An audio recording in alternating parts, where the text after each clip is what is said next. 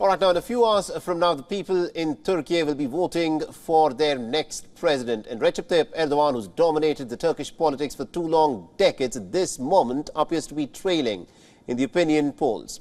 In just a few hours from now, the people of Turkey will decide. 14th of May is, of course, the crucial date when the people of Turkey will be electing a new president and also a new parliament. Now, coming in the backdrop of the major economic turmoil and just 3 months after the devastating earthquake, the stakes, of course, could not get higher. The incumbent president, Recep Tayyip Erdogan, is facing his biggest challenge of his political career. Erdogan has enjoyed a long rule, but he has never actually faced this kind of a strong resistance so far. Most opinion polls indicate that Erdogan is trailing behind his rival Kemal Kilicdaroglu.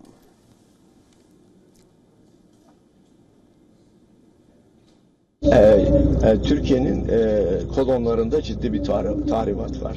Yasama, yargı, yürütme dediğimiz demokrasinin ana kolonlarında ciddi bir tahribat var. Bunu düzeltmek istiyoruz. Hem Cumhurbaşkanı olmak istiyorum hem de Türkiye'yi gerçekten de demokratik bir ülke yapmak istiyorum. Now, Kemal is the chairman of Turkey's main opposition party, the Republican People's Party, or what is also known as the CHP. He is the joint presidential candidate of the 6-party National Alliance bloc, and for the past several years, commentators have billed Kemal as some kind of a modern-day equivalent of Mahatma Gandhi. But this is predominantly down to his looks. He also goes by the name Gandhi Kemal in the Turkish media. Now, this is, of course, because of his resemblance with Gandhi's slight, bespectacled appearance. The Kemal's centre-left CHP party is Turkey's oldest political party. It was established by Mustafa Kemal Atatürk, the founder of the modern Turkish nation. Now, just hours before the polling is to open, the presidential hopeful paid a visit to the mausoleum of Atatürk. After Homeland Party leader Muharrem İnce decided to withdraw his nomination, the race for the highest office of power is now set between 3 candidates. And apart from Erdogan and Kemal Kilicdaroglu, the right-wing leader Sinan Ogan has also filed his candidature. The surveys show that Kemal is in the lead in the first round of voting, but if no candidate secures more than half of the votes in the first round, then there could be a runoff election that will be held on the 28th of May.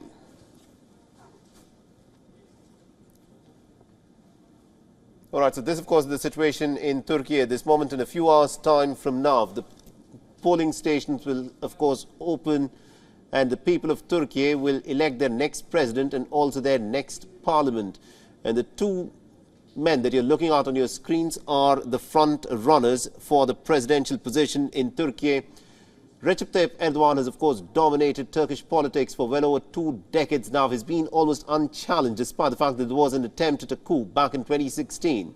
But now, because of a whole host of factors, including the earthquake which happened in Turkey just 3-4 months back, in which about 50,000 people ended up losing their lives, and also the difficult economic situation in the aftermath of the COVID-19 pandemic, things are looking a little different. According to the opinion polls, it appears that Erdogan is trailing, but only slightly, behind the man that you're looking at on the right of your screens, and that is Kilicdaroglu, and he is the candidate who is leading, according to the opinion polls, at this moment in Turkey. And it remains to be seen as to which way the people of Turkey will, of course, vote, because at this moment there is very little that can be predicted with any certainty, and also it's pretty hard at this moment to in fact predict as to what will be the future of Recep Tayyip Erdogan, who's, of course, dominated Turkish politics for about 2 decades now.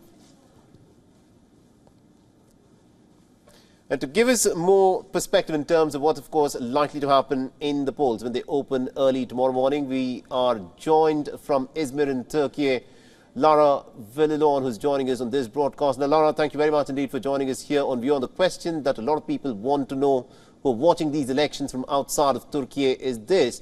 What are the key issues on basis of which the people of Turkey will be voting tomorrow?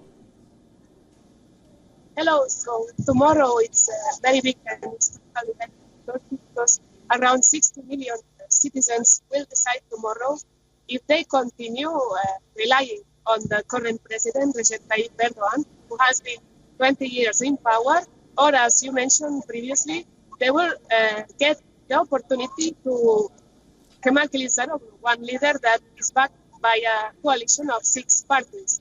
During this campaign, there's been some issues and discussions, like the current economic situation that Turkey has been suffering around 1 year and a half, where inflation has reached more than 85%, and it has affected a lot of households and companies.